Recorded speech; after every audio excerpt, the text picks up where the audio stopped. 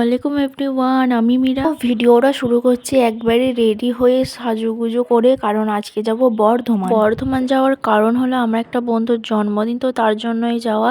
তো রোজার সময় বার্থডেটা এখন না, কিন্তু রোজার সময় তো আর যাওয়া হবে না, তাই এখন যাচ্ছে। কিন্তু আমার ভিডিওটা দিতে অনেকটাই লেট হয়ে গেল। আমরা এখন এসেছি সুফিয়ানা দরবারে। আসার আগে কোনো প্ল্যানই ছিল না যে কোথায় যাব না যাব, তো এখানে হঠাৎ প্ল্যান হলো যে সুফিয়ানা দরবারেই যাবো, রিনেসার কাছে। তো ফাইনালি আসাই হয়ে গেল। এখানে আসবো করে তো আসাই হচ্ছে না, তো আজকে হয়ে গেল। এখানে আসার আমাদের কারণটা ছিল বার্থডের জন্যই, কিন্তু বার্থডের জন্য এলেও আমাদের কোনো রকম কেক ফেক কাটা হয়নি, আর শুধু এখানে খাওয়া দাওয়াটাই করি। এখানে আমাদের টেবিলটা সুন্দরভাবে সাজিয়ে দিয়েছে, মানে মোমবাতি জ্বেলে দিয়েছে একটা। তো তারপরে আমরা এখানে দেখছিলাম মেনু কার্ড, তো এখানে আমরা খাবারও অর্ডার দিয়ে দিই যে যার পছন্দের মতন। আর আমাদের যাওয়ার কথা ছিল দুপুরে, কিন্তু যেতে প্রায় বেজে গিয়েছিল 5:30।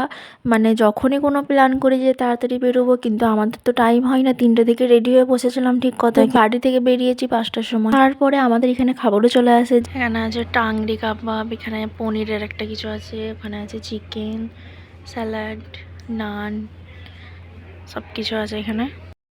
তো আসসালামু আলাইকুম এভরিওয়ান, আমি এসেছি আজকে সুফিয়ানা দরবারে। আজকে আমাদের একটা বন্ধুর জন্মদিন, তো খাওয়াতে এসেছি, এখানে এসেছি।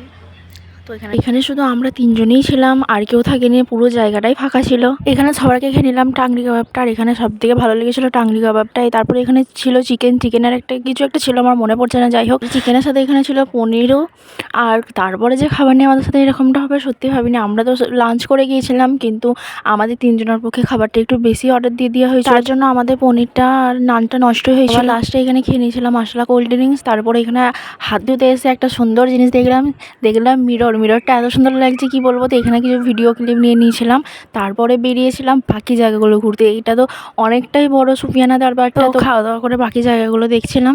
বেশি ভিডিও ক্লিপ আর নেওয়া হয়নি, কারণ ফোনে তো চার্জই ছিল না, তার জন্য ওখান থেকে চলে এসেছিলাম তাড়াতাড়ি করেই বাড়ি। পরে চলে আসি ফেমাস জায়গা বলতে এখানে যে এসেছি কারোর তো ছবি তুলে পোস্ট করতে বাকি নেই, তো ওখান থেকে গুটি পায়ে চলে আসি বাড়ি। ভিডিওটা এই পর্যন্তই। ভালো লাগলে অবশ্যই লাইক কমেন্ট শেয়ার। তো এখনকার মতন বাই, সবাই ভালো থাকবে, সুস্থ থাকবে।